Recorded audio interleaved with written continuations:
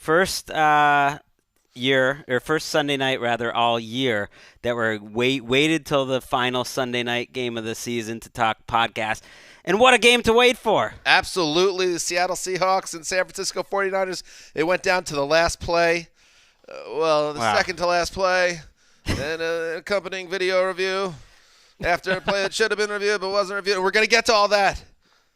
But let's start right here. The playoffs are set. Here they are. Wild card weekend.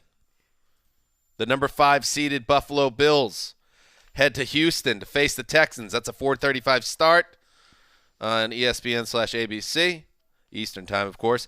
Also, the late game, the number 6 Tennessee Titans at the number 3 New England Patriots. The Patriots playing on Wild Card Weekend for the first time in 10 years. That's an 8:15 p.m. Eastern primetime game on CBS. You know what that means, Greg? What? Tony Romo and Jim Nantz with the call. It means a lot of things, but.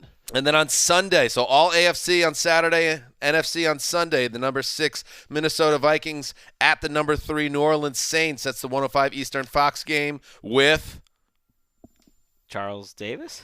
Joe Troy Buck Aikman, and baby. Troy Aikman. Greg, what's going on?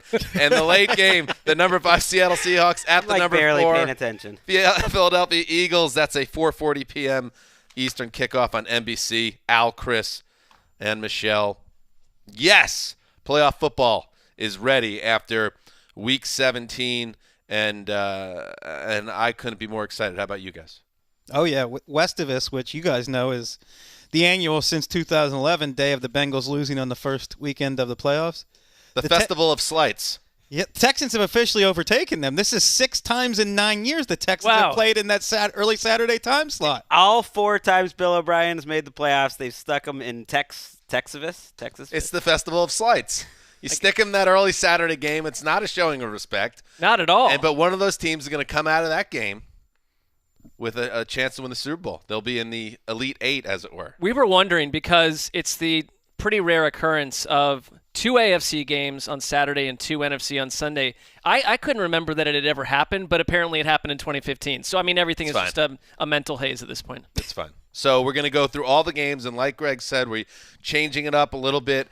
We always customarily handle the Sunday Night Football game last, but because the stakes were both so high and also what it meant for the rest of the NFC and the seedings and all of that, we will start with Sunday Night Football, a huge game at the Clink.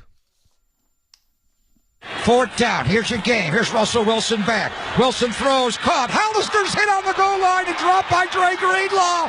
He is short. 49ers come away with the ball. The 49ers have stopped Hollister on the goal line. The 49ers are going to win the game. And they are the number 1 seed in the NFC. And that feels great, baby. What a football game that was. A great call. Great call by Greg Papa and Tim Ryan of KNBR. Yes, the road to Super Bowl 54 in the NFC, it's going to go through San Francisco. It's been a while. In fact, it's been 22 years since you could say that. The 49ers get the stop at the goal line. Jacob Hollister catches a pass from Russell Wilson, but gets stood up by rookie linebacker Dre Greenlaw.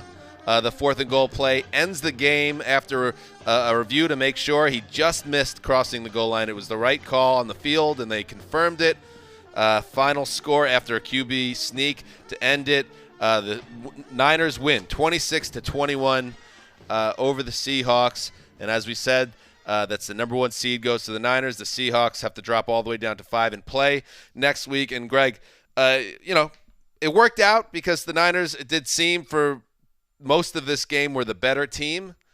However, the Seahawks had it right in front of them, including Marshawn Lynch running onto the field at the goal line before Al Michaels called it one of the worst penalties of the season, a delay of game that pushed him back ahead of that incompletion to end the game. There's so much to get to, and the 49ers deserve the number 1 seed. But to me, the fact that the NFL did not look at the potential pass interference. Got to look at it. On 3rd and goal from the 5-yard line with 15 seconds left to Jacob Hollister was a total failure of the league and the system of replay that the league put in place for exactly this moment. I haven't criticized the replay process throughout the year because it just doesn't seem as important to me compared to what happens on the field. But when you look at what happened in this game, this was the reason they put that rule in place. This play, like this exact moment,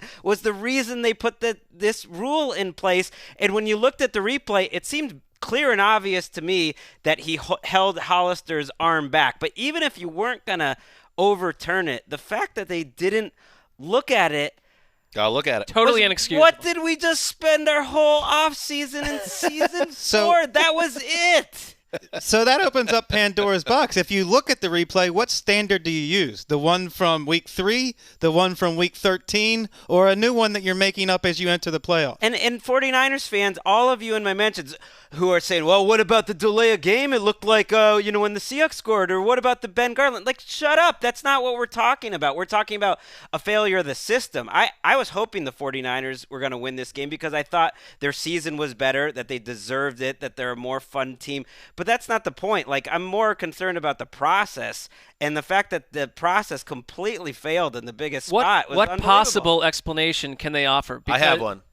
All right. Mike Sando of The Athletic actually has one. The NFL resting Al Riveron ahead of the playoffs. Maybe it was one of those situations. What? That is not working. I thought you had the real answer. That's not working for me. There's no answer. Go ahead, Mark. No, it's just a problem, to Greg's point, that for all the drama and rather amazing play that happened for both sides, that's the talking point. It's a totally inexcusable flub by the league. And it seems like this is who's not going to be discussing that? I don't know. There's a lot else to talk about, and I don't know if we need to hammer that forever. It seemed pretty clear. The Seahawks, as Al Michaels said, botching that situation with the delay of game and using a timeout is a pretty big story. Marshawn Lynch running onto the field, and who knows, they end up getting the delay of game. Maybe it has something to do with Marshawn Lynch coming on the field late. We don't know. We'll get probably answers at some point. Why was he in like a glowing green hat the entire time? I don't know, but the moment was so beautiful. Of course, the most infamous moment in Seahawks franchise history is the decision not to give it to Beast Mode. He comes out of retirement for this game, and it wouldn't have made the Super Bowl 49 right, but it was cinematic. And then for them not to get the playoff, pushes them back 5 yards, no longer goal line situation. Lynch goes back to the sideline where he stays. That was a huge mistake. And then the Hollister play, he put Russ Wilson puts it on him, and like I said, the linebacker, you just got to give him credit. That's a great play and a huge spot that can save a team, and it could be the difference between the 49ers winning the Super Bowl and being one and done in the playoffs. The NFL is so resistant to clarity and grand sweeping statements about what just happened. At the start of that drive, I wrote 49ers defense ferocious in the first half of the season, but below average statistically. This is a big test here. And it feels like they passed the test because Greenlaw decleated Hollister right at the goal line. But all that happened in between there's no clarity. That game could have gone in so many different directions just by the vicissitudes of what was going on. Right. But the stuff that you can practice in terms of situational football, I think should bother Pete Carroll. I had a smarmy tweet I'm glad I did not send out. But immediately when they took that delay of game, I thought that's why Belichick didn't call the timeout in the Super Bowl. Because Pete Carroll gets so overexcited about everything. They're just like, oh, what do we do here? Oh, let's get Lynch. Let's do that. They took a delay a game not after their injured player George Fant had to run up to the line and spike it, which was also a mistake. Ultimately, you only have 4 plays to win the game. You would love, and you have plenty of time, you would love to call a play there and run it and throw a ball into the end zone. That after that spike, they still didn't have enough time. They also burned timeouts late in that spot. When they got to the 1 yard line, they got a first down that went past the 2, and they didn't have a timeout to use because they had just burned a couple of them. I mean, I would say also, though, Seattle in the second half, 3 straight long touchdown drives. They deserve credit for showing up with a banged-up roster. And, a few little things go in the other direction. We're talking about Seattle having won this division. So. And that's why it's so crushing for the Seahawks to lose in this manner. And they're so banged up right now that they're really, to me, their only hope was to get a bye, get a home game or two, and use that clink advantage. And they lose that now. And to me, they're not a team that you could expect to make a deep run. I could see them going out as soon as 6 days from now. Well, they only stopped the 49ers offense twice the entire game. 7 days. 2 punts, and now you're going into Philadelphia, a team that I'm not saying they're clicking on all cylinders on offense, but they found something to hang their hat on over the past month. This is a big test. I didn't expect to think the Seahawks might be the underdog in their first playoff game. Right, me neither. And yet you're so right, Mark, to point out they're scoreless at halftime, dominated, and they go touchdown. Jimmy G and his offensive line shows up in a game where they didn't really run the ball well. A play stands out to me with about 7 minutes left. They have 3rd and 5. That's the point where you think the Seahawks are going to get off the field, maybe force a field goal, and Jimmy G has all day to throw, finds Deebo Samuel for an easy first down where he beats Shaquille Griffin, and they score a touchdown on the very next play. Their offense, for the most part, answered the bell time after time. They averaged 8.3 yards per play, which is outrageous. That's crazy. I mean, it's far more than the Seahawks. So it's just two really good teams, and one team in the Seahawks that's been lucky over and over and over. And sometimes when you're counting on luck, like, it just doesn't go for you. And tonight they were unlucky. All right, so San Francisco gets it done. They're the 1 seed. Let's talk about a team that's going to actually be playing next week, but you can argue that we might be talking about the greatest number 3 seed in NFL history. They are the Saints. So a 3rd down and 7 for the Saints. Panthers bring 5. Breeze has time in the pocket, throws to the middle, has Taysom Hill wide open to the 40, 35, 30, 25, blocker in front, 15, cuts back, 10, 5, touchdown, Taysom Hill! What can't the man do? Who gets out in front for the block there? Michael Thomas springs a block down at the 10-yard line, and Taysom Hill does the rest, 45 yards. Drew Brees to Taysom Hill. Zach Street and Deuce McAllister with the call for WWL. Taysom Hill delivered an exclamation point and sandwiches for Mark Sessler with his 8th touchdown of the season. The final score in the Seahawks' 42-10 win over the moribund Carolina Panthers at the Superdome. As I said, the Saints entered Sunday hoping to get a bye and be set up with the Superdome. It didn't work out that way. But Chris Wessling, despite that, and it is a bit of a bummer day if you're a Saints fan or you're inside that building, they have to be feeling good about themselves as we turn the calendar over to January. Yeah, it wasn't hard to see the juxtaposition, the contrast between the Saints and Packers. I thought watching this game, the Saints looked like the grown-ups sitting at the head of the table carving up roast beef at holiday time, and the Packers are relegated to the folding wobbly card table in the corner with the kids because they were messing around with the Lions. Well, the Saints came in and just took care of business with the Panthers to the point where a few minutes into the game, the only suspense was, is Mark going to get his Taysom Hill sandwiches, and will Christian McCaffrey join the 1,000 club? Yes, that happened in the 3rd quarter, and Mark's Taysom sandwiches came in the 4th quarter. The Saints, this was a well-rounded game. Once again, Kamara had 2 TDs, and once again, he ran through a big hole with great blocking, and we don't know if he's back to his normal self or not. I'm not seeing a guy who's 2018 explosive, but this offense is getting it done right now. You go back to Week 10 where the Saints fell to Atlanta 26-9. Since then, their offense has been on fire. 34 points, 26, 46, 34, 38. Wow. That's why I don't. 32. Yes, every team would like to have a bye. I don't have a problem with some teams having to go that extra game, that extra journey, and I think that they're going to wax Minnesota next week with very little issues. Saints have averaged 40 points per game over the final 4 weeks of the season. That is outrageous, and the way it's set up, they still are, in the Packers' lane, because if they beat the Vikings, they will be going to Green Bay. So even though you wanted the home game, you still would like to be in the Packers lane versus it could have worked out in a way where you were hosting the 49ers in the second week of the playoffs.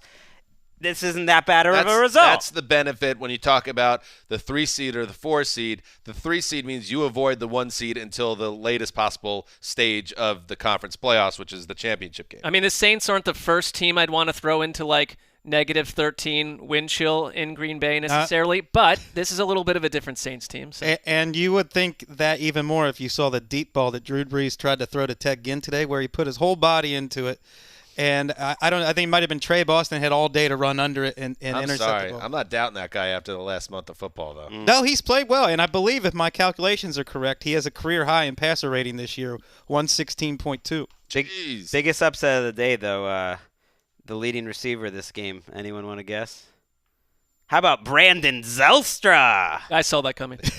6 for 96 for the Panthers. Kyle Allen coming in off the bench. Will Greer, this audition, that was not a good audition for Mr. Greer, and he went out of this game with a foot injury, correct? Well, yes, it was ugly early for him, and I think the Saints did him a favor by putting him out of the game. One of our listeners said he looked like he had a 1,000-yard stare coming off the field, and that was putting it mildly. Wow. Like a guy that had seen too much at war. Yes. That team crumbled about as ferociously as one could imagine. This Saints team's been through a lot. The fact that they could go undefeated without Brees, they lose 2 starting offensive linemen 4 weeks ago, that hasn't slowed them down. They're unlucky that they get the 13-3. I don't know. It just is. They feel like they're as mentally, psychologically tough as any team in the league. And they get to take out some Minneapolis Miracle revenge game next week. That's nice.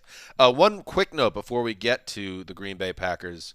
We have, for the first time ever, our own television show on NFL Network that will premiere on Friday, this Friday. At what time, Greg?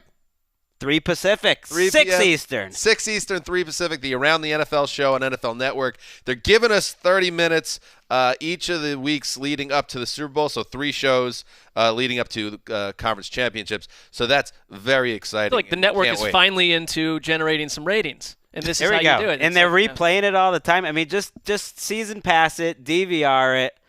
Just watch every time they play it, too. I love it. It's your job. All right, the Packers. We're gonna head over to the kids' table. Yeah. It's wobbly. The paper plates. Oh, no. And the styrofoam cups.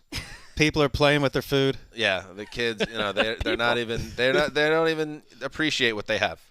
There's a dog sitting at the table. And there's one crazy kid who won't even sit down, and you want the other parents to be like, the kid's parents to be like, hey, put the boy in line. Get a beat on that child. His hands have cranberry on him. Now he's on the couch. He says, it's my couch. That's the Packers. This is why no one comes over to my house. Let's check it out. A house of My horrors couch. a year ago. He has a chance to win it for Green Bay. Here we go. Down on one knee, arm extended. Here's the snap. High snap placement made. Kick to the upright. It is good. It is good. Mason Crosby has done it. A dagger. And the Packers are into no worse than the number 2 seed in the NFC playoffs. And a week off, Green Bay is into the divisional round of the playoffs. Wayne Larrabee with the call for WTMJ. Yes, after Aaron Jones' 31-yard catch and run moved the Packers into field goal range, Mason Crosby kicked a 33-yard field goal as time expired. It lifted the Packers to a 23-20 win over the lines at Ford Field, a game that the Packers fell behind 2 touchdowns before finally waking up. And, Mark, this was a game that Aaron Rodgers could not look worse early on. His numbers were some of the worst of his career at halftime. But to the Packers' credit, they're not playing as well as some of these other superpowers.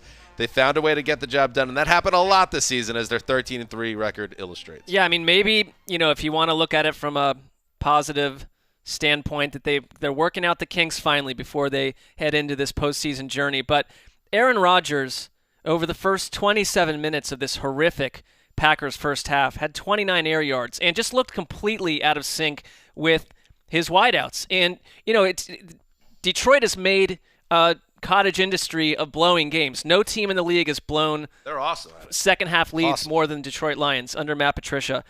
And so, it was not surprising to see Green Bay kind of finally find the rhythm and get back into this. Rodgers, and we went on Sky Sports, and I basically said how the Packers looked awesome. done to me. And 2 seconds later, Rodgers, hits an absolute dart to Devontae Adams for a touchdown. Then hit Alan Lazard, some beautiful throws. So it's like, I don't want to over-worry about the Packers. They don't feel to me like a 13-3 team. They don't. And I'd be a little bit concerned. Now, they have a break, which is nice, but they lost Brian Bulaga to a concussion. Bulaga.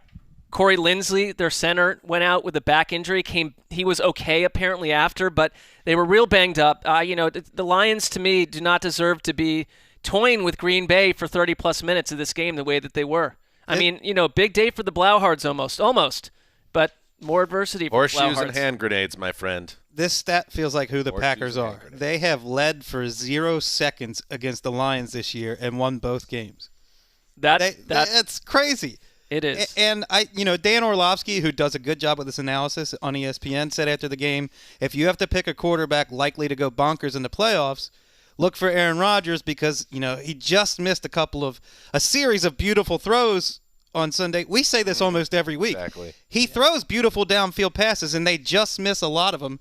That's not the issue. The issue is feast or famine. What do you do when you're not hitting those throws? And usually their offense goes in the tank for long stretches. And he was protected well, and he didn't have an answer for it after the game. He just said he was missing. Like some weeks he can't explain it. But, it was one of the worst games, as you mentioned, just in terms of accuracy of his career. ESPN tracked him for 16 overthrows. That was the most in a game, or tied for the most since they've been keeping track of the stat in 2006, tied with Josh Freeman's one start for the Minnesota Vikings. Against the Giants on Monday Night Football, exactly. right? The worst games of all time. One of the worst performances ever. Not that Rodgers was in that category, and they do get some credit for finding a way to actually win, but it's like, the Lions didn't even have Galladay in this game after a little while. No, I don't know if they're fool's gold because, they played a very complete game against the Vikings last week. So, listen, that I would have not be surprised if they were the team that in the the divisional round lost at home. Well, no one's gonna if the Saints beat the Vikings, no one's gonna expect the Packers to win that game. Whether and no one, that's off. The consensus is often wrong, but everyone is going to expect the Saints to go to Green Bay. I don't know beat about them. that. It depends totally on what the weather is like. Also, they came within about 6 inches of being the number 1 seed. Nobody lost harder than the Seahawks on Sunday Night Football, who dropped from a bye all the way down to a 2 seed all the way down to 5. Had Seattle gotten across the goal line there, it would be Green Bay that had the number 1 seed. It doesn't work out. Oh yeah, that way. And the Saints were watching that game. They were half a yard away from having a bye, taking the week off. Like Michael Thomas was doing a great job live tweeting, but I think he's deleted his tweets. He was getting too frustrated, and now a lot of them are gone. Unbelievable. My last point about Green Bay is I feel the same as you, Mark, and I guess Greg, and I think we're all on the same page. Can you kind of fake your way to 13-3, or at a certain point, they do a nice job closing out games, and that means they should be taken seriously? 13-3.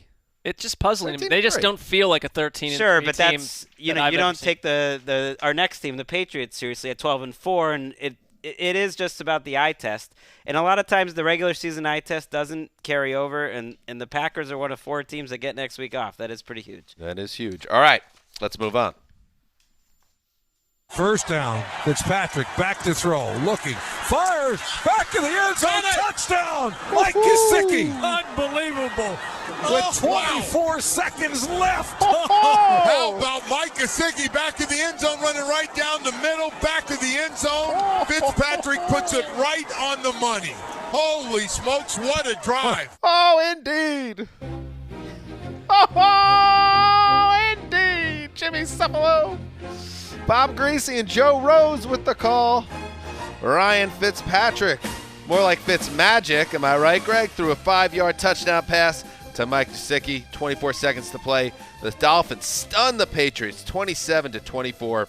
A win that costs the Pats a first-round bye for the first time in a decade. Greg, first of all, this whole scenario was foretold by someone on Thursday's show, but who cares about that? After years of taking advantage of other teams' late-season stumbles, the Patriots stumbled themselves, and it has cost them dearly. They're playing next week. Yeah, they are. It reminds me of 2015 when they also lost in Week 17, lost home field advantage also to the Dolphins, and that was a team that felt like it was on their last legs, and offensively, this team is certainly that way. The fact that Tom Brady played his worst game today, I think was the most notable part of this result. The defense didn't play well. They didn't force a turnover. You give up a big drive at the end. Fitzpatrick was the best quarterback in the division all year. He's better than Sam Darnold, better than Josh Allen. I think he was better than Tom Brady when you consider this game. But Brady's missed throws and seemingly the punishment that Bill Belichick was giving Brady or the offense by not even trying to score at the end of the first half. What was going on there? Not using timeouts. I think it was his way of saying, we don't want to give the Dolphins the ball back. We don't really trust our offense. We're going to run a lot. And it was a very strange moment and a lack of confidence in this offense, which you can understand why there's a lack of confidence, but it seemed like cutting off his nose to spite his face. Patriots desperately wanted this game. We heard Belichick tell his players the playoffs start this week. And of course, they played their hearts out and still lost. And credit Ryan Fitzpatrick. I feel like this game was the microcosm for a wild season, and this season was the microcosm for a wild career. It just like everything came to a head in this game. He was supposed to be a tackling dummy. He was the old quarterback that was being sent out to slaughter on what was supposed to be the worst team of all time. And week after week after week, he's been keeping this team in games and winning games. And, yeah, this was the microcosm. This was the culmination of what, yes, a 5-11 is not what the Dolphins wanted, because they wanted to get Joe Burrow, whoever the quarterback. Finished 5-4. They beat 2 division winners in December. So the Patriots weren't the only team that's going to be hosting a game in the playoffs and lost to the Dolphins in December. They beat the Eagles too. I saw someone note on Twitter that New England lost to the 4 best teams in the AFC, with Miami being one of them at this point. And you go back and you look at the journey for this team. Week 1, losing 59-10. Week 2 to the Patriots, 43-0. Week 3, 31-6, and it went on. And it was like they looked like one of the most disgraceful operations around. And I guess I would trade in the whole first-round pick thing for the concept and the idea and the belief that you have a really good coach in Brian Flores who did a lot with a little. He could have left Josh Rosen in for the season and said, hey, we know we're building. We're not playing for this year. And instead he tried to win games. He tried to play good football. And the last drive, 13 plays, 75 yards, and that, for all the struggles of Tom Brady and the offense, and it's the one thing the Patriots have had all season is this defense, and it hasn't been as historically dominant as it was in the first half when the Pats were 8-0 and they finished 12-4. So even I can do the math. They were a 500 team in the second half, and they couldn't get the stop. And even the great Stephon Gilmore, who may win Defensive Player of the Year, Devontae Parker, he had his way with them. You were cackling in the newsroom. I mean, he had a big completion in the fourth quarter. This is the biggest moment of Dan's decade, I would say, since we've had the podcast, except for that Ryan Fitzpatrick when they won. Oh, no, wait, they lost in Week 17. But they won 10 games that year. Maybe the Sanchez. This was the you can't land on my parade right now, Greg. Nice try. It's amazing because Fitzpatrick does this with no running game. I mean, they have absolutely no running game. I found it stunning. Ryan Fitzpatrick ran the ball more this year on called passes than any quarterback in the league. More than Lamar Jackson, more than anyone else, and he was effective doing it. And today was a great example why. The Patriots had 29 hurries on Ryan Fitzpatrick. So many times they got rushers, a lot of times free rushers in his face, and he got out of the way of them. A lot of what they've done defensively, especially the cover zero where you're blitzing like crazy, just hasn't worked that well in December. And they've made a living off a turnover differential all year. They didn't force a turnover. They ended up -2. One of those was on the last play of the game. But even then they were going to be -1 today. It was Tom Brady's pick 6 on a weird throw. And that was kind of the difference. In the end, Brady led them back from 10-0, got the key touchdown. It was a full team loss, but not one that was undeserved. These look like 2 very evenly matched teams. The craziest statistic of the entire football season is that Ryan Fitzpatrick is the oldest player in NFL history to lead his team in rushing, and he had about 240-something yards rushing, to your point that the Dolphins cannot run the ball. He ran for his life all season, and he stayed alive. And now factor in what he did with the Bucs offense last September, and tell me this guy shouldn't be a starting quarterback in the NFL in 2020. I mean, he's under contract with the Dolphins, a team that's going to draft a rookie quarterback, draft a quarterback, and presumably want him to play immediately. I'm not ready to say goodbye to Ryan Fitzpatrick. One thing, though, I don't want to get too carried away because he always finds his way back into the starting lineup. I just would rather him go compete somewhere. But I don't know if teams are like that with him at this point where they're going to say, we'll bring in Fitzpatrick for a chance to start. He might be better in Miami in like a Tudor role and end up getting starts that way. It'd be surprising to see someone want to trade for him, and there's no way that the Dolphins – Right. I mean, I guess someone would for a really low price, but – you would expect him to be competing. Maybe it's with Tua. The Dolphins didn't even lose any in their draft slot today by winning, so that was another bonus. They stayed at the number 5 pick. Obviously, they're going home, and the Patriots is the bigger repercussion because this team, which was so limited all year, really needed that bye, I think, more than any other team. And I kind of thought when they beat the Bills, maybe that's their moment, and their next big game is going to be against Kansas City, which was going to be a big-time uphill battle. Now, if they try to make it to the Super Bowl, you're going to have to win a very tough wild card game. They'll try. You're going to have to win on the road in Kansas City. That seems like a death sentence, even for a team as resourceful as the Patriots. I mean, say they got to win the first game. The sense of justice is that the AFC is correctly seated. The Patriots, I don't care about their record. They are not one of the 2 best teams in the AFC on any level. Well said. I agree, and I feel like as a Patriots fan, it's really hard. It's hard to complain when you've just watched the greatest run, and they're still in it, that any American, professional sports team has ever been on. You're going to whine because you got a 3 seed. I really do. No, the Yankees. I really do see. You're ridiculous. I'm saying, yes. okay, in our lifetime, okay. in our lifetime, all right. And to me, in the NFL, it's such a unique thing to do it over 20 years. Nothing's been close to that.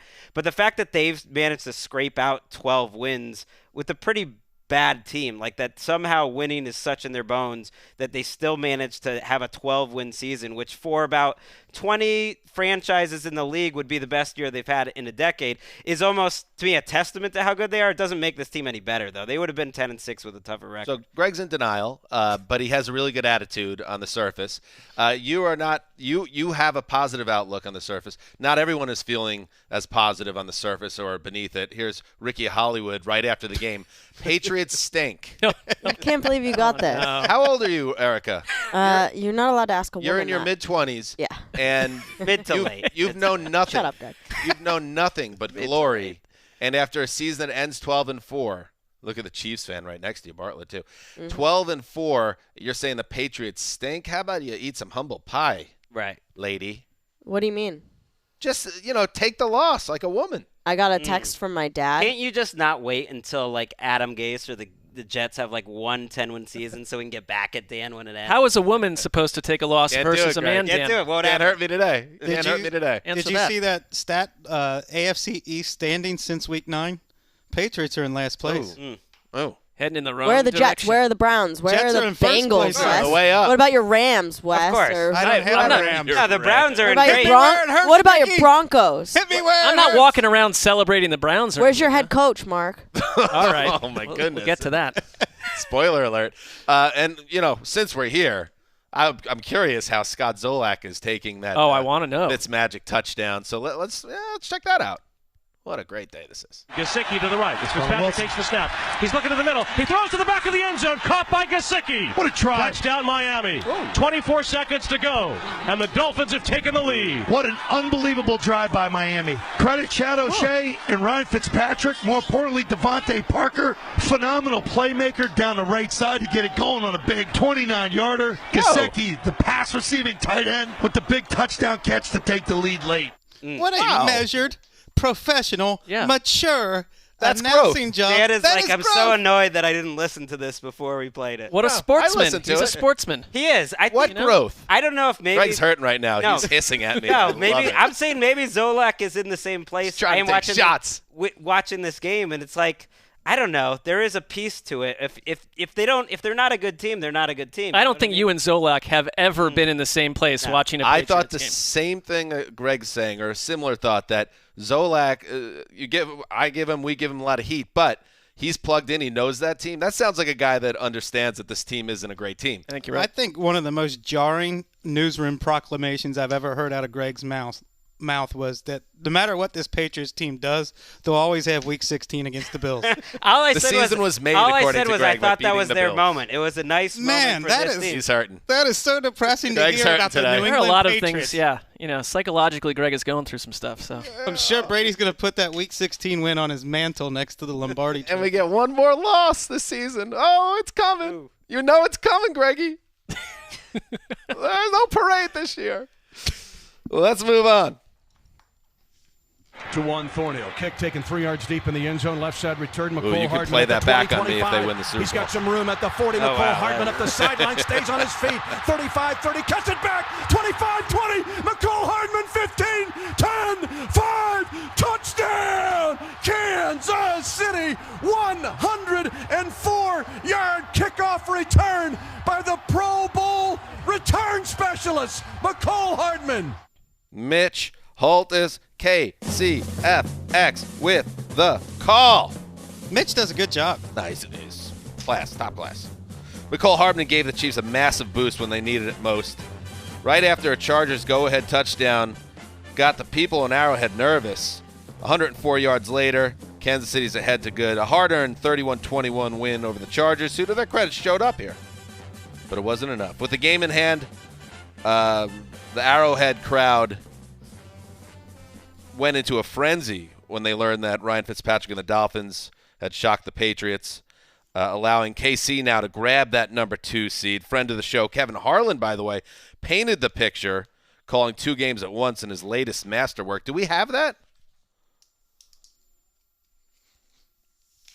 Meanwhile, Miami has first and goal, down by 4. 29 seconds left. Here, Butker kicks the extra point, and Fitzpatrick throws in the end zone. Touchdown, Miami! The Dolphins have just scored. Gesicki, the tight end, got a laser in the back of the end zone by Miami quarterback Ryan Fitzpatrick to take a lead with 24 seconds to go. And the crowd now knows it. What a throw by Fitzpatrick. What a touchdown run by Williams on the last weekend of the regular season in the NFL. If the Chiefs win and New England loses, the Chiefs will be the 2 seed. They'll get the bye and they'll have a home game the next weekend. I'm getting confused. What game are you calling? I'm calling both games. CBS is going to send you 2 checks this week. I think I'm breaking every FCC rule in the book. Oh, Kevin Harlan, friend of the show. And remember, when he was on our show, it was after his famous Black Cat call, right, where he was calling a Evan Ingram completion at the same time the cat was running. There's nobody else in the business that can do what Kevin Harlan does. And it's impossible to know how hard it is to even call what you're watching with your eyes down on the field in front of you, much less double dip the way he did. And there's no other play-by-play guy that over the course of every football season has 4 or 5 intense signature moments. You see his voice crescendos with that guy is drunk voice when he says, I'm calling both games. It was an interesting game because it was, while the drama was unfolding in Miami, the Chargers were hanging around, and the Chiefs, this was hardly their best game offensively. In fact, they managed just 336 yards of offense. They were outgained by the Chargers just barely. They ran only 48 plays to 74 by the Chargers, but 2 huge plays. You heard the McCole Hardman kickoff return that gave them the lead back after they had fallen behind early in the third quarter following a Patrick Mahomes interception. And then on the next drive, Patrick Mahomes takes the ball, sticks it in Damian Williams' gut, and he goes 84 yards, breaking a tackle and then taking it off down the near sideline for a touchdown. And I thought it was just kind of symbolic and showed once again why I like this Chiefs team's chances next month, that sequence, the kickoff return by Hardman, the run by Williams, it wasn't Patrick Mahomes, and then the defense getting the job done, closing out the game. This is not a one-dimensional team, and that's why armed with a bye and a home game that gets them to at least the AFC title game, perhaps they even get home field if the Ravens stumble, that this team has a real shot. Well, sometimes you need some luck to break what's been an unbelievably unlucky and unsuccessful playoff history that the Chiefs have had the last, 4 decades now. And they are so close right now to setting up what I think would be just on paper, the most exciting AFC title game matchup like in memory. If you get Lamar, a second-year MVP versus Mahomes, a third-year quarterback who's also the MVP, like I can't think of another title game that would have more hype ahead of it. Maybe Favre Saints in 2009 when he was with the Vikings kind of reminds me of that. And this Chiefs team, like you said at the end, like the way, if they can win games like this when the offense isn't at their best, like I at least think they're going to get to that game. And as a football fan, I don't know. I think that would be exciting. I think another thing as a football fan, if you look at the history of the draft and the linking between Eli Manning and Phillip Rivers, that Phillip Rivers, after this game, was asked basically about his future in Los Angeles and said, this may not happen, but we'll find out, yeah. Well, let's hear what Rivers had to say. He could say it better than me. Way to tee it up. I think it's that I can say I gave it everything I had. I mean, every week, so, and maybe it means an interception on 4th and 18 when you're down 10, because I don't care that it's going to say 2 interceptions. I really don't. It's just like I ain't quitting. So I think that doing it with so many guys over 14 years, and going to the locker room, win or lose, and I can say, "Dadgummit, we're short. We fell short, or we won." But shoot, I couldn't try it any harder. So I think 2 different kind of elements there, but I think that's the 2 things that come to my mind. Does that sound to you, Greg, like a guy who knows a chapter in his book is closing here? Expecting it, at least. I don't know if anyone there totally knows who's going to be there and who's not, but I think he's reading the tea leaves that this coaching staff might not be a huge fan. And he did say, if some other team will have me, I'll be starting game number 215 in a row in week 1 next year. So he says as long as one of the 32 teams sees me as a starter, I think someone would. And I was just going to mention that it's wild that we could see the end of Rivers with the Chargers and Eli Manning in the Giants after the way that draft day thing went down on the same day, many years later. Ben Roethlisberger in the same year. Big Ben. Just because at this point with his injury, we've heard, it's no lock that we'll see him again. I never heard that Rivers to the Colts connection until Dan brought it up last week, but now I'm seeing it all over the place. I hope that happens. Influencer.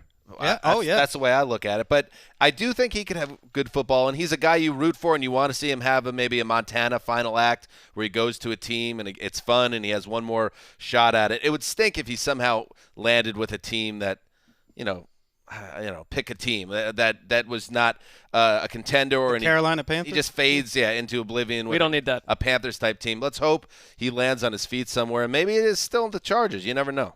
One thing with the Chiefs, Juan Thornhill, who was a safety on my all-rookie team, had a knee injury today, and Rap Sheet reported that they think he's going to miss the playoffs with the injury. That's big. Ouch. All right, let us move on now and check in on the NFC East, see how that all sorted out.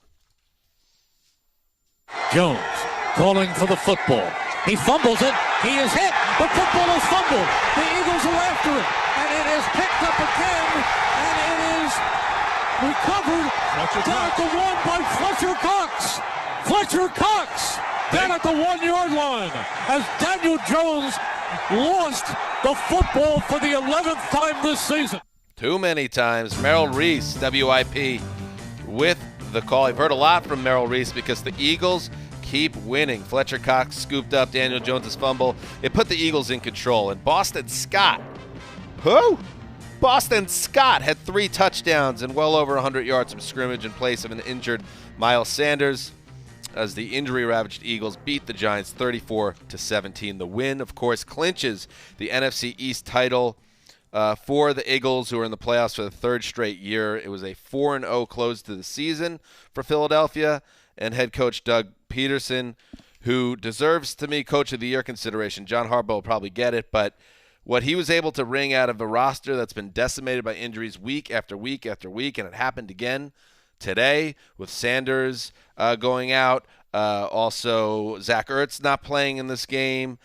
Guard Brandon Brooks goes out with a shoulder. Sanders had an ankle, and they just kept finding ways to make it work. I think it's a combination of Carson Wentz, a great young quarterback, kind of taking his game to the next level, which is what truly great quarterbacks do, and a coach who knew how to make the most of a roster when it got to crunch time, Chris Wesley. And I think in Eagles team that's a veteran team with playoff experience, knowing that there was a sense of urgency, maximizing its roster, and basically whatever talent they had left that was healthy, scratching its way into the postseason by hook or by crook, in juxtaposition to the Cowboys, who underperformed and let the season slip away. Yeah, I feel like there are different type of Coach of the Year arguments. There is the John Harbaugh who... I mean, Peterson wouldn't be in the top 10. He wouldn't, but I would say this, that he had guys on the practice squad. I get it. They also they underachieved for half a season, and they went 9-7, and they beat the Giants, Redskins, at the end of the season. They did a great job. I'd say his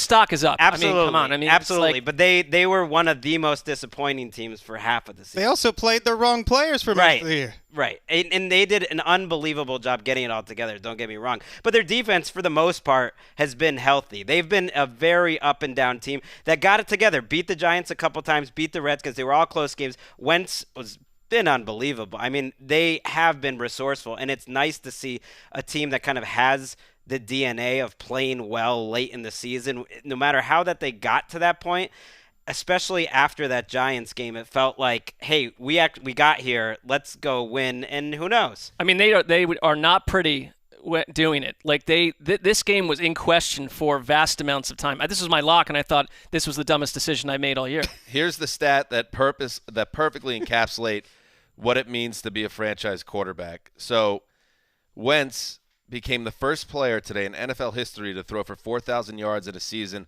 without a 500-yard wide receiver, which just tells you a couple things. Tells you the injuries that hit this wide receiver group. They lost, their top 3 wide receivers? And Wentz staying healthy and continuing to find ways to make it work, especially in these last 4 games. Because, yes, you can't completely divorce the first three quarters of the season from the final quarter. But this is money time. We joked about it. The season starts after Thanksgiving, but it's kind of true. And now here we are in January, and the Eagles, I know they're probably not a Super Bowl team, but they're one of the teams I look forward to most watching play, because I'm wondering if this is a Cinderella situation in a different script from the one that led to their Super Bowl win. But again, is this a team to completely count out? Not yet. January. I'm not going to do it. We'll see who's healthy next week. That'll be a big factor. Miles Sanders, Brooks. I mean, Zach Ertz.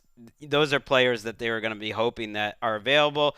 And if they're not, if nothing else, they're the class of the NFC East. I think that feels good that you got Cowboys to get rid of their coach probably by the time people listen to this. We don't know this, but it'll happen. Like the Giants, that could be the same too. The Redskins, they're changing coach. Like the rest of the division is a mess, and even with all these injuries, the Eagles end up on top. I would say plenty of Eagles fans would rather that Jason Garrett stay in Dallas too. So I'm glad you introduced that by saying Carson Wentz is a franchise quarterback, because every quarterback in the NFL goes through ups and downs, and we've had fans reach out to us on Twitter and say, when are you going to take Carson Wentz to task for not being a franchise quarterback?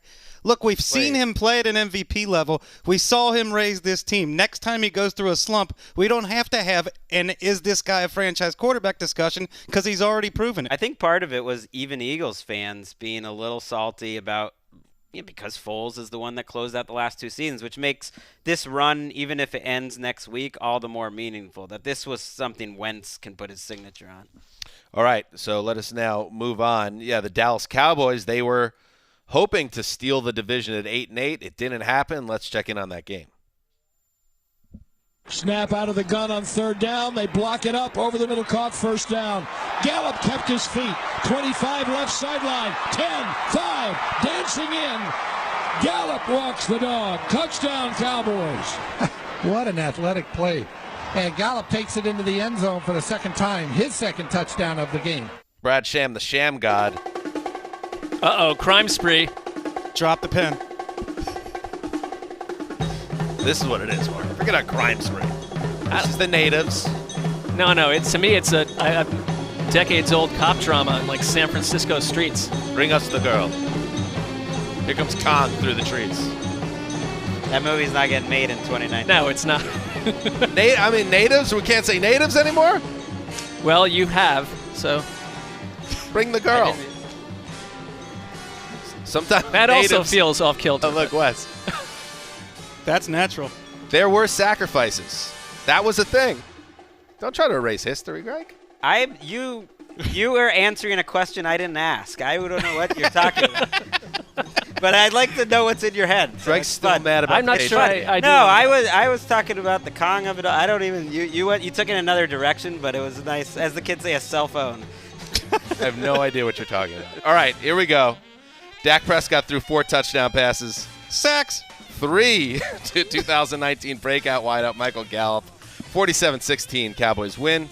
A win that meant nothing when the Eagles beat the Giants. Wes, this game will further burnish all those impressive DVOA analytics for all those Cowboy heads out there.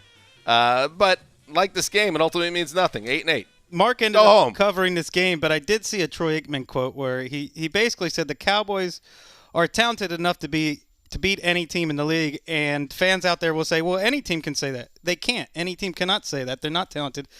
The Cowboys have the talent to beat any team. They also can play as poorly as any team and lose to any team, and that's been their season all year long. Yeah, this was the Chiefs, Dolphins, Patriots, Kevin Harlan moment, because as Dallas was romping over the Redskins, in the fourth quarter, you could see that the Eagles were pulling away and that this win was utterly meaningless. And to your point, Wes, before about just their talent and how disappointing their season has been, they're different to me than the Eagles because this game showed flashes of total dominance from Michael Gallup. I thought Zeke Elliott ran really, really well. Dak Prescott had a couple amazing throws, and one Gallup where he broke away from a Redskins defender, ran into another one, and stiff-armed the guy to the ground. And you just when they're like against a couple weeks ago against the Rams, when they explode and blow up and do what they can do, you're looking at a playoff team. This I would have taken Dallas at their peak as the NFC East team that could have won a playoff game. I don't feel that way about the Eagles the same way. I just think their ceiling is different, but the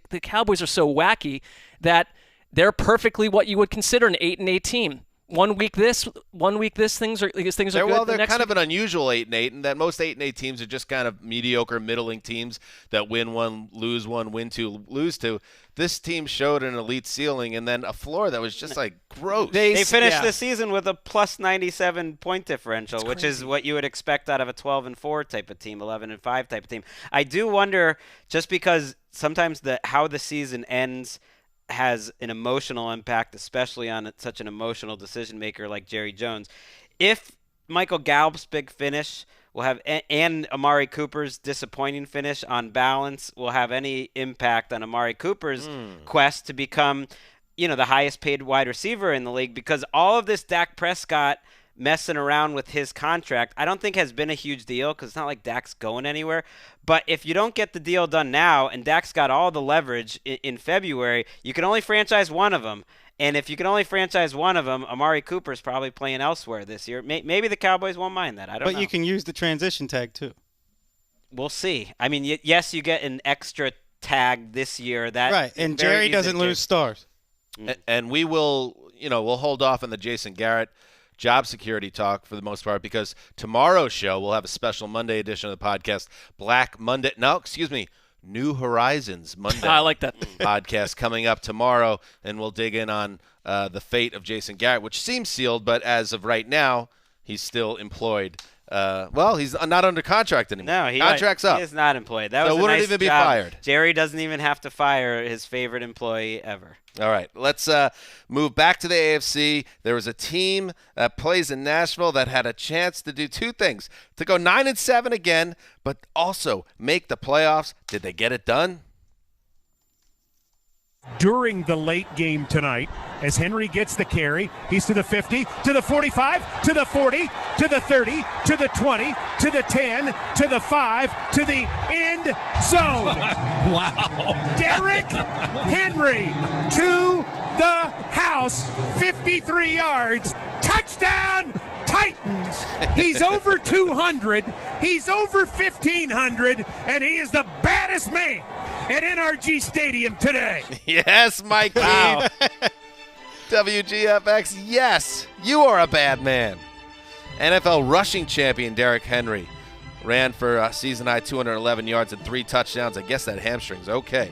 The Titans beat up on the Texans' reserves. 35-14 is the final. The Texans, of course, resting many key players ahead of next week's playoff matchup with the Bills. The win clinched a wild card spot for the eternally 9-7 Titans. And here's the difference: 9-7 was a bit of a scarlet letter for this team, but this team is different, right, Wes? This team feels dangerous.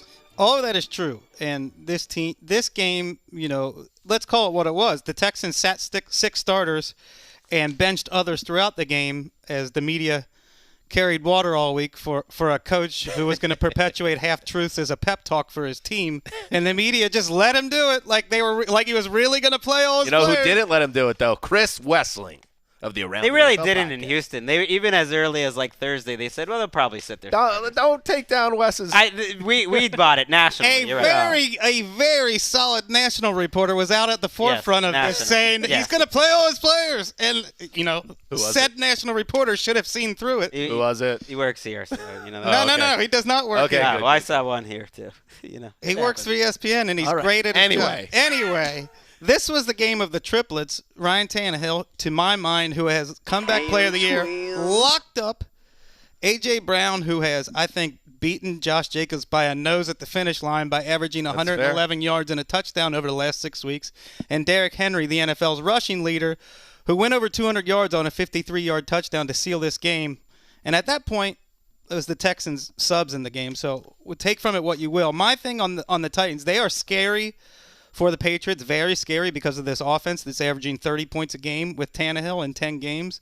And Tannehill, a note, first quarterback in 30 years since Joe Montana to complete 70% of his passes at 9 yards an attempt. Just a great, hyper-efficient showing by him this year. This team has defense issues, and they allowed A.J. McCarron to go down the field on the opening drive of the game, and they allowed him to go down the field on the opening drive of the second half. A.J. McCarron's not good, and he held the ball too long in the pocket. That should not be allowed to happen. The Titans have cornerback issues, they have pass rush issues, and they have kicker issues. Yeah, it's not a great defense. So I think the Patriots, think, okay, this is, a defense that made the playoffs that we can actually score on. But the Titans' offense is so explosive. I know it was a long time ago, but they beat the drum out of the Patriots a year ago. And I just think when you look at the whole playoff field, like if I was power ranking wait a second now. the playoff field, I think the Titans are better than the Bills. I think they're better than the Texans. I think they're better than the Seahawks. I think they're better than the Eagles. Better than the Patriots? And they're probably better than the Patriots. If it's a neutral field, I would say they're better than the Patriots. Like, I think the Titans have that sort of upside. So this is not a normal 9-7 sneak into the wild card type of No, you can definitely see a scenario where Bill Belichick closes this season having lost to 2 former employees. I imagine the desert will be feeling the Patriots win this game, but I don't think anybody would be shocked. And, we'll get into this later, but I don't think anybody will be shocked if the Titans advance beyond the first round just because they're so explosive. And we just saw what happened with the Patriots, of course, getting beat on a final drive. That defense is not invincible anymore. That is not only the Patriots fall out of the bye, they kind of get a hellacious first round draw here. Right. Yep. I think because there's nothing you can do to coach up against, to me, A.J. Brown's physical dominance and Jonnu Smith's athleticism. Derrick Henry. And Tannehill's playing so great. It's definitely, they have weaknesses certainly on defense, but it's a pretty complete team. It's very, very different than the other 9-7 Titans teams. And you can look at it just by how they've scored, how they've played with Tannehill, and their point differential on the year. I mean, they don't have the profile of a 9-7 team. I understand people who haven't watched the Titans on a weekly basis would be skeptical of Tannehill as maybe a one-year wonder. But this guy is playing quarterback how we want it to be played. He is aggressive downfield. He is pulling the trigger on tight window throws. He has the athleticism to escape pressure and make plays out of the pocket. This is how we want swashbuckling quarterbacks to play football. Yeah, I think it's probably people just can't get past what Tannehill was for so long in Miami, and that's completely changed. And this team may have found a quarterback as a long-term answer, and this game coming up, and we've laughed at the Titans endlessly on this show, is one of the biggest games in franchise history. I mean, this could alter everything. The current perception of the Titans for people aren't watching them weekly would totally change if they go into New England. You are mistaken. Left at the Titans. This is not that team.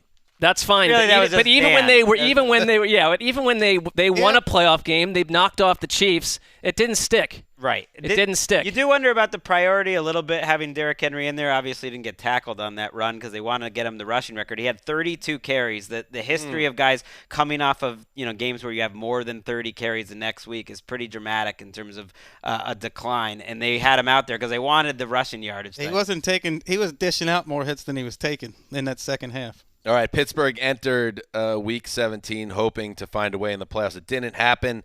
They didn't even find a way to win to close the season. That's a problem as well.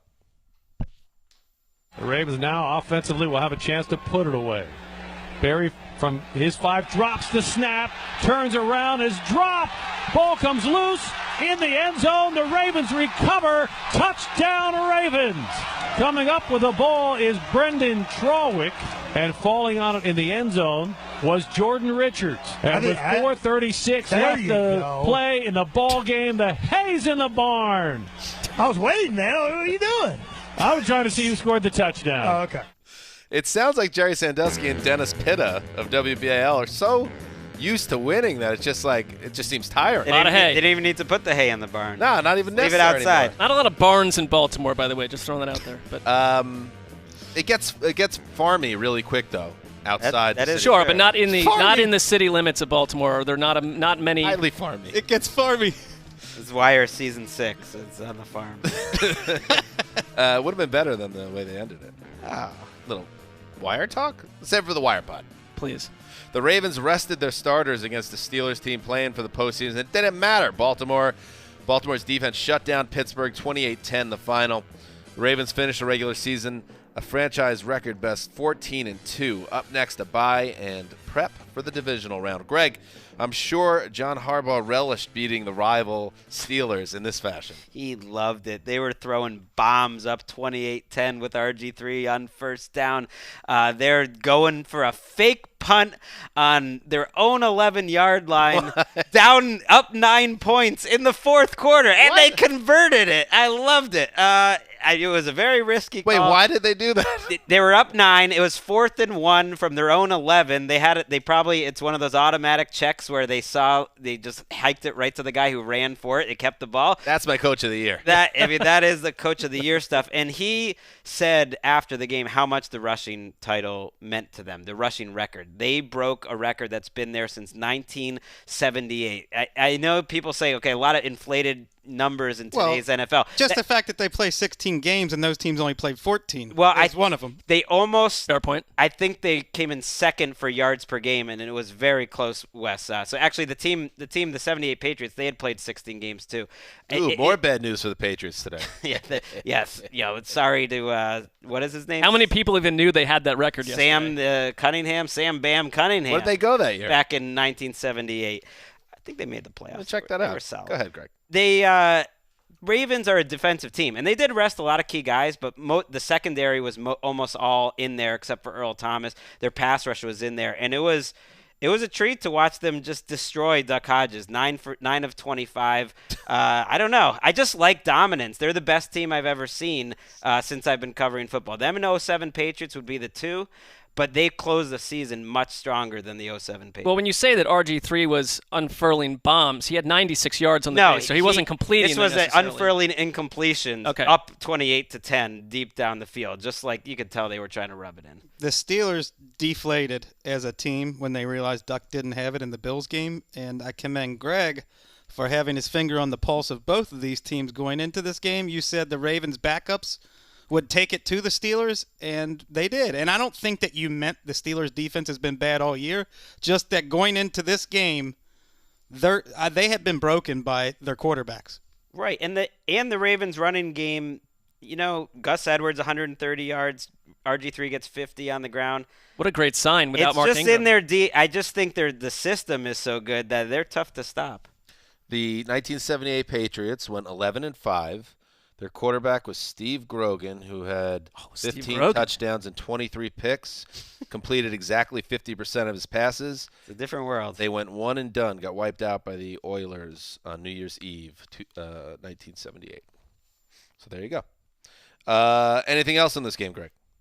No, I think that's it. TJ Watt with another forced fumble maybe helps him in his Defensive Player of the Year race, especially on a really tough day for Stephon Gilmore. Did have 3 penalties too, TJ Watt, but he does that thing where he punches the ball out, but sometimes he misses. Does it well. And he just swung and punched RG3 in the biceps so hard. I was like, God, that looks like the hard. He doesn't deserve that. That should be like a 30-yard penalty. That wasn't even a penalty. I mean, that's legal. You can punch guys in the arm if they have the ball. You know Why what not? they should do? That should be reviewable, Wes. What do you think? No, punch him in the arm. Try to get a fumble. I want to see a pair of brothers in the history of the NFL win Defensive Player of the Year. That'd be amazing. I think Watt's got a pretty decent shot. TJ Watt, plenty of teams deciding not to draft him. Nice move. Good luck to you. Good luck to me on what? Well, you want to see 2 brothers win. Defensive player. I hope that happens for you. That is a goal of mine. I mean, it's a purely vicarious want. Let's move on. Carr in the gun. Pulling for you. 4-man pressure. Carr looks to the end zone, throws the ball. That is deflected, and 2-point conversion is nullified. Guess who? Shelby Harris. 10th pass deflection of the season. Whoa. 7 seconds left. 16-15 Denver. Dave Logan, KOA, with the call. Derek Carr's potential game-winning 2-point conversion attempt batted down. Yeah, by you-know-who, Shelby Harris, who Greg alerted the group when it happened. That he leads the league in those deflections. 10 on the year at the line of scrimmage. 16-15, the Broncos hold on, beating the Raiders in the final game for both teams. Oakland did not get the outside help they needed. Remember the 4 coin tosses? Did they lose all 4 coin tosses? The Steelers lost. They needed that, right? So 1 out of 3 is not going to get it done.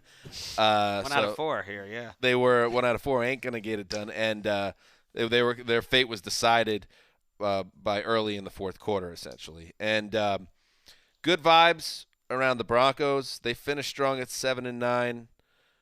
Drew Lock wins 4 of 5 starts. Phillip Lindsay becomes the first undrafted running back in NFL history to go over 1,000 yards in back-to-back seasons to open a career.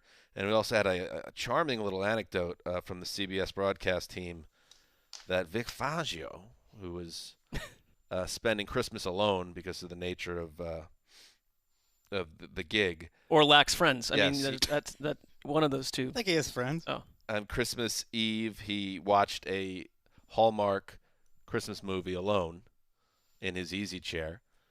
Went to the facility, did his coach work, came home, maybe grabbed a beer, I don't know what he's doing, sat back down, and then kept binging Hallmark Lifetime movies or Hallmark Channel Christmas movies. So that's just a nice little feel-good. You imagine Vic Fangio away from the family, got that Christmas cheer anyway, and it's just a nice little you look puzzled. Mark. Well, so during the Super Bowl weeks when you get a chance to talk to these guys, Fangio was with the Niners at the time, and I sat down. He was at a table with no one else, so I tried to sit down and ask him a couple questions in a row. It's my time to do that. I don't think I've ever met a grumpier man in my life. That's what they said on the telecast, too, that it was the last guy in the NFL you'd ever think would be taken by Hallmark Christmas changes movies. my impression. Not a man that's looking for intellectual stimulation with his entertainment outside of the game. But I understand it's a lot going on. Right. Turning off the brain. Yeah. Yeah. Turning off the brain. Just But needs to unwind. no, this was a nice back half of the season, obviously, with the Broncos, who were totally lost in space in the first half. I believe they won 6 of 8 to close the season. And it's still disappointing because the Denver Broncos thought they could, with Joe Flacco and all that, Joe Flacco feels like 100 years ago, that they would be a team that would be in contention and perhaps playing next week. That never came close to happening. But, Wes, if you squint, you could maybe see the Denver Broncos with some pieces, Cortland Sutton among them, as being a team that can be turning it around in a quick fashion if some things go their way. I agree, and I don't think they played better in the second half of the season. They just got luckier in close games. Right. This was a game where it's kind of abnormal for the year. The Raiders more than doubled their yardage. They were competitive in almost every single game they played. And lost. The Raiders, who had a lot of good fortune. This 7th win, though, does make them bowl eligible. They're going to face off next week on Saturday in the West Bowl. Broncos, Cowboys. Saturday. They're just going to show up. Both of those teams can look forward to next year. Anything else do you guys need to know about this game? Well, no, but I just think that we talk about this 4 coin toss thing for the Raiders. No. Like, the Raiders have had one of the most disappointing final 6 weeks of any team in the league. And it starts with that Jacksonville loss at home, and it's sandwiched by a bunch of other totally deflating results that took a 6-4 squad that was something delightful at one point. And I don't know. But did it really feel like stunning when the wheels came off? It felt like they were playing over their heads and they were a nice story, but this felt more like reality. And even so, 7-9 for a team they overachieved. A disaster. No one had them win a year ago. I'm back on Gruden, and I think that Mayock did an excellent job with the draft. So there's reasons to be hopeful, but it's got to be frustrating for the people in Oakland to have watched this team spiral out of control over the last month. And there was a little moment right after the 2-point conversion failed. Gruden didn't even seem that upset. It actually helped the team. Smiling. He's smiling. He gave Paul Gunther, put his arm around him, and then he gave Derek Carr a really nice handshake, and it seemed like a nice moment between the two of them. I imagine they felt pretty good about how the season went, that they found some players that they could build around, that they have a bunch of draft picks coming in the first round. And my boy Hunter Renfrow, Greg, 6 for 102. Darren Waller went over 100 yards again. You have, of course, Josh Jacobs, who the injuries kind of cost him the end of his season. Get Jonathan Abram back next year. Jonathan Abram coming back. Waller's going to win that Comeback Player of the Year award, I bet. I bet it's Tannehill. Waller's got a great Jimmy story G will behind get him. more than Waller. You want to talk about narrative-based awards? I mean, that's kind of what the Comeback Player of the Year is. And this was a guy on Hard Knocks was going to AA meetings. Man, Tannehill turned the whole Titans franchise around. I mean, the comeback player. Darren Waller goes over 100 today to go over 90-something catches and 1,100 yards of the season. Just pure stats-wise, one of the best receiving tight end seasons of all time. And we have no idea what Comeback Player of the Year is. It can be anything you want it to be. Pure stats-wise, Tannehill had one of the most efficient quarterback seasons. Why do you hate Darren Waller? I don't. I'm just saying it's way more impressive to turn a franchise around than to accrue stats. You have a good point on it. Accrue stats. Accrue stats. Both of them accrue stats. All right. Can you at least give me that Darren Waller is a triumph of the human spirit guy? I'm going to give you more than that. I wrote an article a month ago saying he's Comeback Player of the Year, but things change, and Tannehill's the guy. You're going to give us a link? NFL.com/Westling. Well, that takes us to a jumble of articles, and we have to search through that. So, all right, messy. let's move on.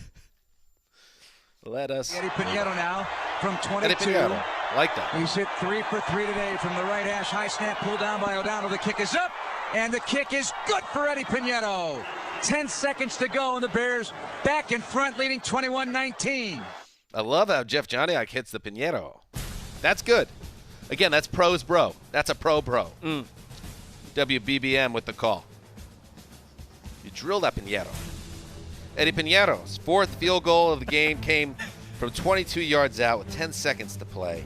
It gave the Bears 21-19 win over the Vikings, who rested their regulars ahead of the playoffs. Wes, if you would have told Bears fans in August that their team won their final game of the season with a field goal with seconds to play, they probably would have guessed they had a parade coming up down the street of Chicago. On the street of Chicago. Didn't quite work. Main Street in Chicago. Okay. Famous Main Street. Grant Park. It didn't quite work out that way.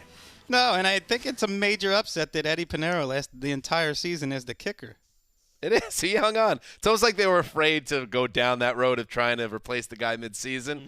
So they stuck through it because Pinheiro hardly had a great season. No, but there were more questions asked about the quarterback position and whether he was going to be yanked than whether the kicker was going to be yanked. Cover. And I feel like this was a fitting end here for Mitchell. 4th and 9, game in the balance. All the Vikings have to do to get a win with Sean Mannion as your quarterback and Mike Boone against all the Bears starters is stop Trubisky on a 4th and 9. But Trubisky makes a nice throw on a rollout, and now he's going to somehow convince the entire organization because of that throw that's worth bringing back next year. I say this. I think that was in the Gabbert zone, by the way, against the Vikings backups. It was not a great performance. I think this every year, but I can't take any team seriously as a Super Bowl contender if they enter the season with Sean Mannion as their number 2 quarterback. This guy's a third stringer at best, and that's been the case since he entered the league. Yikes. Every time he plays, I'm thinking, how does this guy sell people on him as a backup? How about Mitch Trubisky as the backup? He should be a backup. I think Minnesota. He will be. I hope that they handle that correctly. I don't want to hear an offseason of hoopla about, we're working on his footwork and Mitchell Trubisky's head is screwed back on straight. Leave me alone. It is Well, they're not coming after you personally. Well, I no, but this is a nice day where you get to, and we've talked. You get to wave farewell to a couple of teams that desperately need to get out of our world, and this is one of them. Go away. I don't want to hear anything else from the Bears for many, many weeks or months. The Bears actually. We can take a break from the Bears. Yeah, we could certainly take a break, and they have a decision to make. Obviously, this was a second overall pick. It was his third season, but there's so much ugly baggage attached to it. With what else who do you went need to after say? him. It's almost like if he's not showing you and you don't want that to be reminded forever and have this guy in your building, just start fresh. I imagine that's what's going to happen, but we'll see how it plays out. It might play out with they bring in an Andy Dalton type and Ryan Fitzpatrick. And there's a quarterback Trade competition. Big bearded man in the streets of Chicago. Let's move Michigan Avenue was I think Michigan Avenue. you were looking for. Right? Amazing Michigan Avenue with the great architecture in one of the great cities, the second city. Go ahead. 3rd and 8, Jags in no hurry. Why would they be? Play clock at 4. Shotgun for Minshew. I went on that river tour, the architecture tour. Now scrambles right. Fires toward the end zone. That ball is going to be caught for the touchdown. Why do you talk over the highlights? D.D. Westbrook. Shut up. D.D. for the TD, and the Jags score again. Frank Frangie and Tony Baselli with the call. Like you need to hear a Jaguars highlight in Week 17. WOKV with the score with the call there.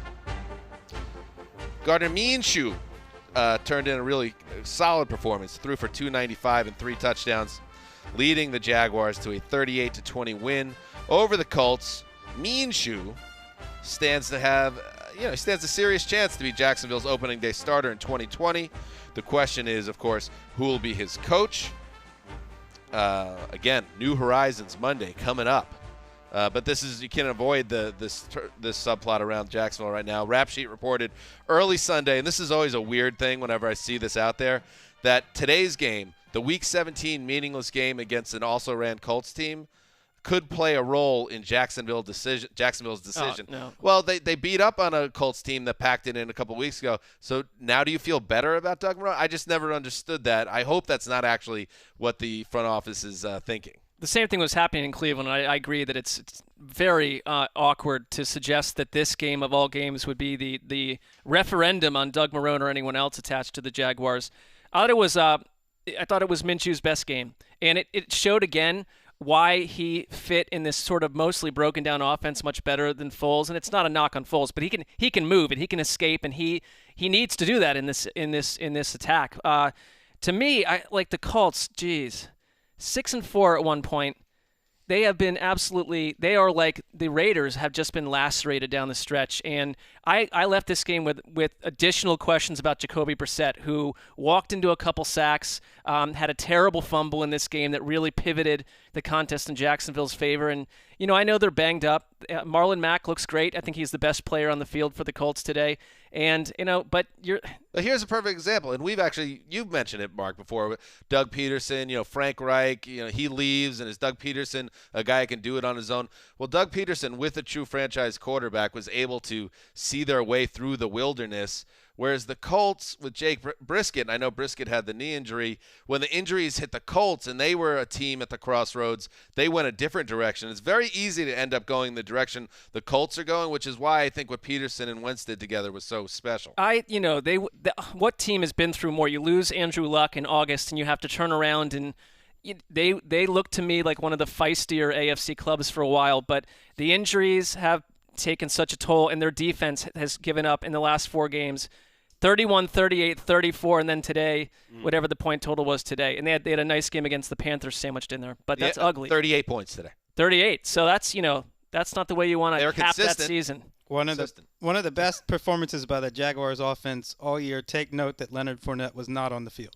Right. I'm just saying, do not make him the focal point of your offense. No, and he won't move on from Leonard Fournette. He won't be after this. He's under contract, but when he tweeted out, on Saturday that, he hopes a lot of his teammates are back with him next year, I was thinking, I don't know if Leonard Fournette's back next year. Right. Then again, it was a big win because, you got the 6th win.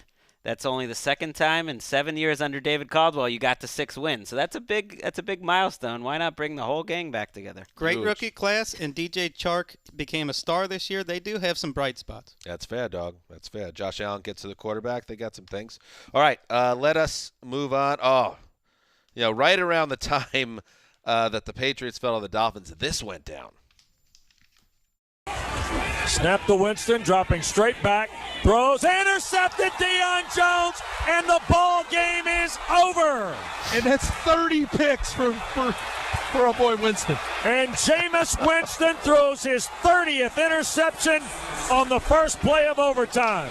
And Atlanta wins the game, 28-22. Wes Durham with the call. It was Dave Archer that called Jameis Winston our boy. That is patronizing, Dave Archer. WZGC. Deion Jones intercepts Jameis Winston on the first play of OT, returns it 27 yards to the house, 28-22. Falcons win their 6th victory in 8 games to close the season. We learned Saturday that Dan Quinn would keep his job. That's correct, right? That wasn't like a really sad dream that I had over the weekend? I believe that was actual. That's real. Yes. Thank you.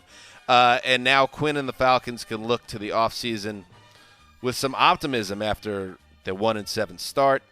Winston, yes, he did it. He did it. The first quarterback ever to go 30-30. You were on that 4 or 5 weeks ago, by the way. If that not became longer. a national story, yes. Not that it did 30 for 30-30, but that I was on it, yes. But Winston becomes the first Tampa Bay quarterback to pass for 5,000 yards in the season. But they don't go anywhere again with Winston as their quarterback.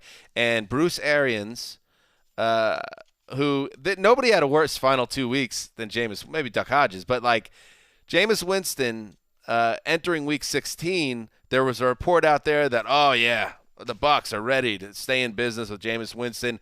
And then he goes out and absolutely craps the bed in week 16 and 17. He threw his 6th and NFL record 7th pick six. They lose both games.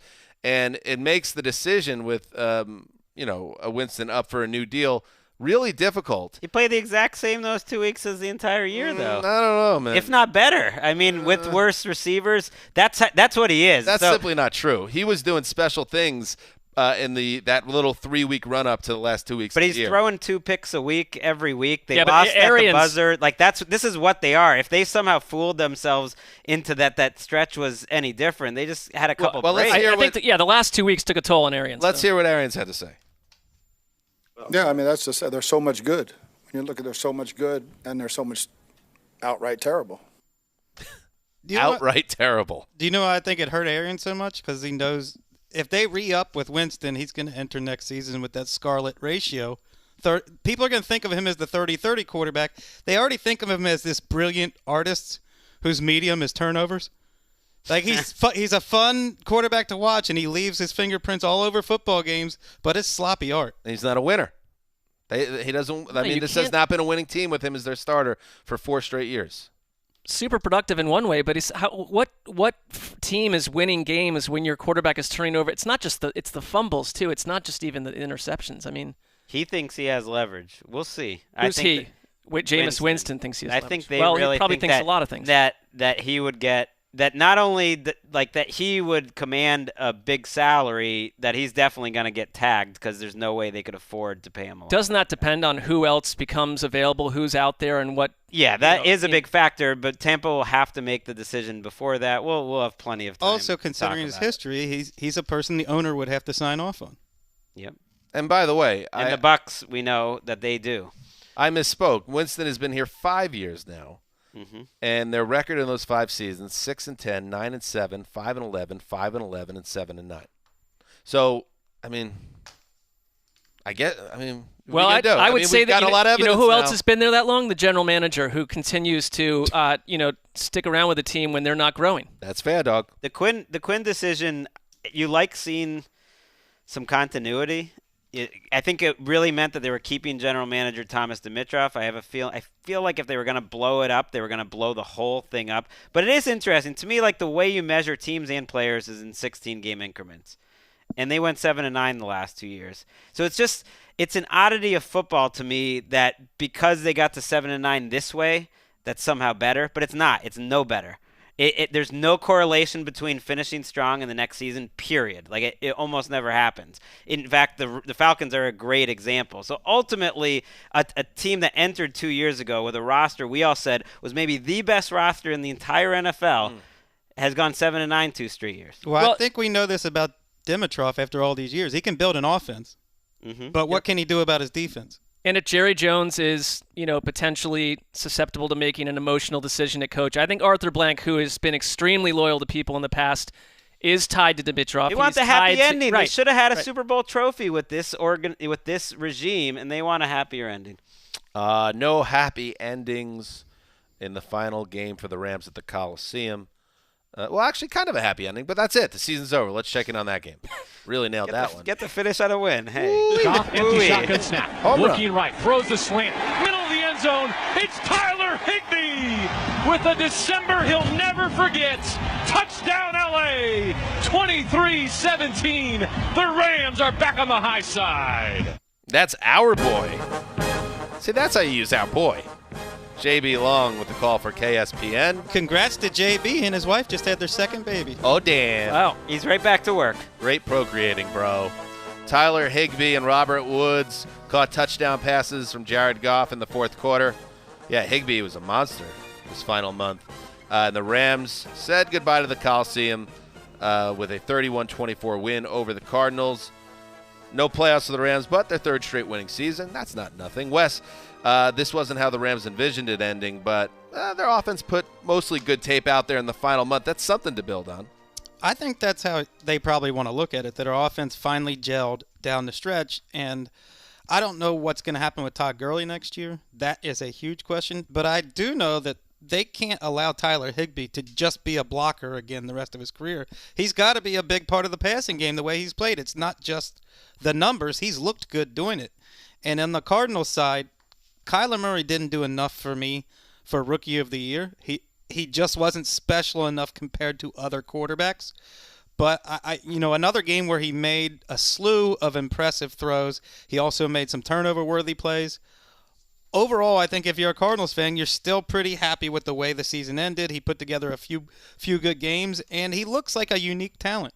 Let's not forget about the Mike Silver report mentioning that Wade Phillips, future in question, some issues potentially with the front office, some movement there. So, I think there's a very intriguing, interesting offseason coming up for They had their rise, and they stalled out a little bit, and now they have to figure out what comes next. All right. Two notes in this yes. game. Larry Fitzgerald says he'll take a little time before making a decision, but he also said this was one of the most fun years he's played with the Cardinals. I think that has a lot to do with Kyler Murray and Cliff Kingsbury. And Chandler Jones had a couple of passes defense, tackle for loss, quarterback hit, but did not have a sack, which allowed Shaq Barrett to lead the league in sacks. Ooh, looks like he wasn't just kind of a flash in the pan there. Solid player, good athlete. Great job. You happy for him? I am extremely happy for Not him as happy and his as family. if Brothers won the Defensive Players of the That's Year. a whole Like, different- Good luck on that, man. I want to be with Mark in I want to be there. in Miami Yep. when they announce the Defensive Player of the Year, because just the excitement that's going to be. You will be. Going We through spend his all our body. time together, literally every day, every week. So. What was that, Mark? Oh yeah. Yeah, he wants it. He wants it bad. All right, let's move on. Do you have 2 points? Second down, make goal I hit them both. 1 yard Good. line. Darnold, play action again, flips it in the end zone. Jamison Crowder's got it. That's a Jet touchdown. Off the play action fake, Sam Darnold. A little flip over the middle to Jamison Crowder. He makes the touchdown catch, and the Jets take the lead back, and they have scored the first touchdown of the game about 90 seconds gone by in the fourth quarter. Bob Wischusen, WEPN with the call. Yeah, not exactly a shootout in Orchard Park. Sam Darnold to Jameis Crowder was the only touchdown on Sunday. The end result, a 13-6 win for the Jets over the Bills' backups. The Jets finished the season, like the Falcons, 7-9 after a 1-7 start. That was so bad, you may recall, that there were reports that Adam Gase would be fired mid-season. He'll be back, it sounds like. That didn't happen. The Jets actually finished with their best record in a season since 2015. So I guess progress. A cake schedule certainly helped in the second half for the Jets. But yeah, 6-2 after 1-7. That is a nice way to close, even if it means their draft pick isn't as good. I don't care as much about that stuff because the draft's a crapshoot anyway. Anyway, on the Bills side, the number one goal was staying healthy.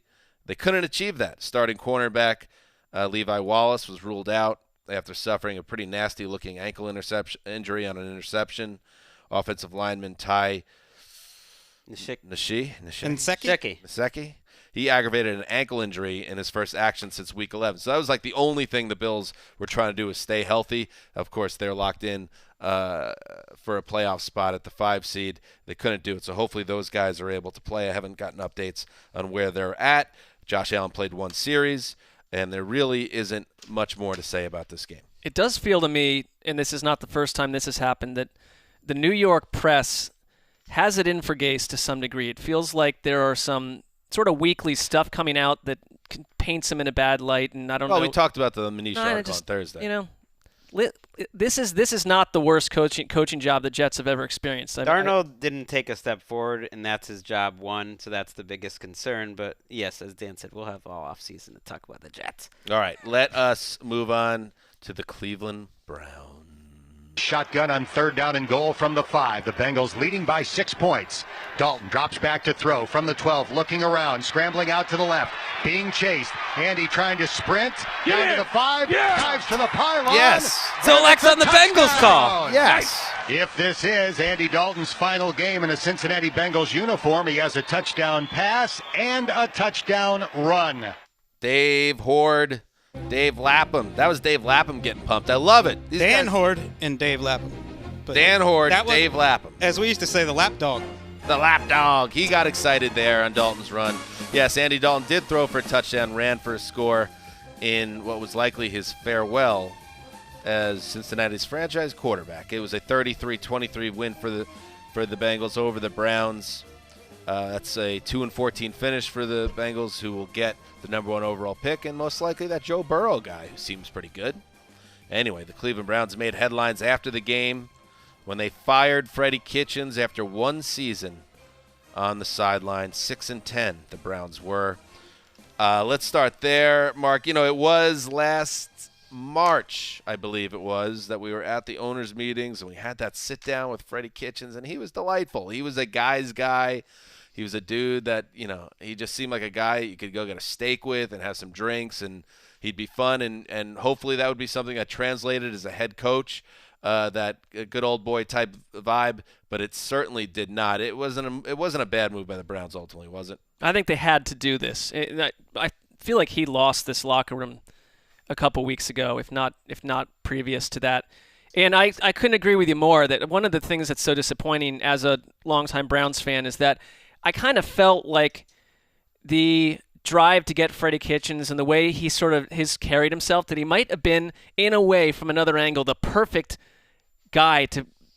Could have been a folk hero. Right, exactly. Just went another way. And it went in completely the opposite direction. I think it's a case study in when, if you look at his resume, he really didn't have a lot in his past suggesting that he was going to be a successful head coach. It was, the Peter principle, hired above his skill set for where he's at right now. And then on top of it, trying to be one of these guys that calls plays while trying to manage an NFL game at the same time, and kind of always had an aura of being in over his head from the very first game until today, when there's no excuse with the talent on this roster to lose to the Bengals or to lose half the games they lost. And, if you look at Rob Chudzinski is just a few coaches ago, a one-year, one-and-done guy. And the Browns, under the Haslams, have had so many coaches at this point and tried so many different types of coaches, but they've never really had the veteran guy that has come with a track record from somewhere else. And I would imagine that that's what they're attracted to right now. Is not. We'll see. It could be. We'll get into that down the road. But they want the opposite of what they've just experienced in Freddie Kitchens, which is a young, in over his head guy trying to figure it out. Good guy, yes, but the right guy to be head coach of this soup of players, no. It seemed like they settled on Kitchens last January against their better judgment because they just decided what he did with Baker Mayfield and setting a new rookie record for touchdowns and playing really well down the stretch.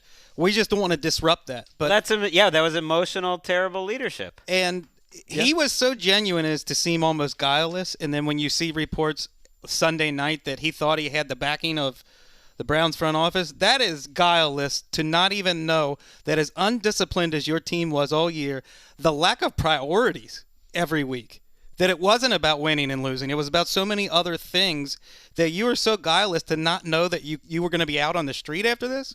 Well, he had someone who hired him in John Dorsey that maybe he believed had his back. He had an owner who took over in 2012 was his first season. Yep. And they're going to be hiring their 7th head coach. Yep. So this isn't on Freddie Kitchens. Freddie Kitchens helped their offense improve last year as a position coach. Like, this is the organization. This is ownership just having another huge swing and a miss. There's nothing else other than that's their L. And I think any candidate has to look at this ownership group and have questions about this job versus no matter the talent, because talent can come in two seasons. Also still a job that would be appetizing, I think, to a coach because of the talent level on the roster, which remains significant. It is, but, I mean, they've had 2 coaches last for more than 2 seasons. Yeah, but Brown's coach is ugly as well. Yeah, that seems cursed at this point. I think one thing also to remember, it seems so long ago now after another NFL season that in our league, but how great Baker was, especially closing last season. So it might seem crazy now that they said, oh, we want to keep this guy in the building. But Baker was like ruling the world a little bit by the end of last season. Completely. And it was like, hey, people he likes this guy. I get it. He's our future. But that's He's gonna why, take us. But no, maybe it was emotional. That's from our vantage point. That's I know, a fan but vantage it's also when you're as unsuccessful, profoundly unsuccessful as the Browns have been, when Baker does what he did to close out that season, I get how it happened. I totally do too, and maybe I was the guileless one, but I thought that it was going to work, and I had a good feeling about him as a person in general, and 95% of these things in Cleveland go totally ragingly south, so just another chapter of the same. It was sort of the easy decision to make. It was the one where you couldn't be faulted at the time for it, because if Baker had struggled like he did this year under a different coach, they would have blamed that on ownership too. The end point is that Baker ended up with 22 picks, 22 touchdowns and 21 picks this year, and took a pretty big step backward. And is on to his 4th head coach. The offense was significantly worse. 4th? Well, I mean, I'm counting Greg Williams as a head coach during his. Wow. I mean, it's the culture. You've been there for 2 NFL Greg seasons. Williams back. It's funny because there's a Browns reporter. Well, there's a Browns reporter out there that asked around like various people who would they want, and someone seriously mentioned Greg Williams. Not that they're going to do it, but because that's how different of a sea change they want in their leader versus what Freddie Kitchens was doing this season, which we don't know 85% of what was going on behind the scenes. And that is just a quick peek at New Horizons Monday, which you'll catch in full. More like nuclear morning. It will go up late Monday, and we'll have a full update on all the comings and goings on what is a somber day in the league. Congrats, Andy Dalton, putting up 33 points. Good for him. Last game. And I hope he lands in a good spot too. And our boy Freddie Kitchens. I hope he lands. He won't land as a head coach anywhere, but hopefully these guys survive. He gets a paycheck somewhere else. He's getting paid for. He's double dip him. Getting paid. Oh yeah, well the Haslam's are going to be paying him millions and millions of dollars for the next 3 years. They're paying like 485 coaches right now. So what did Chuck Pagano say? They can't kill you. They can fire you, but they can't eat you. They can't eat you. Freddie Kitchens will be all right. He might be happier doing something else. Yep. All right, now it's time for 2-minute drill presented by Oikos 000. All right, who are the playoff teams, boys?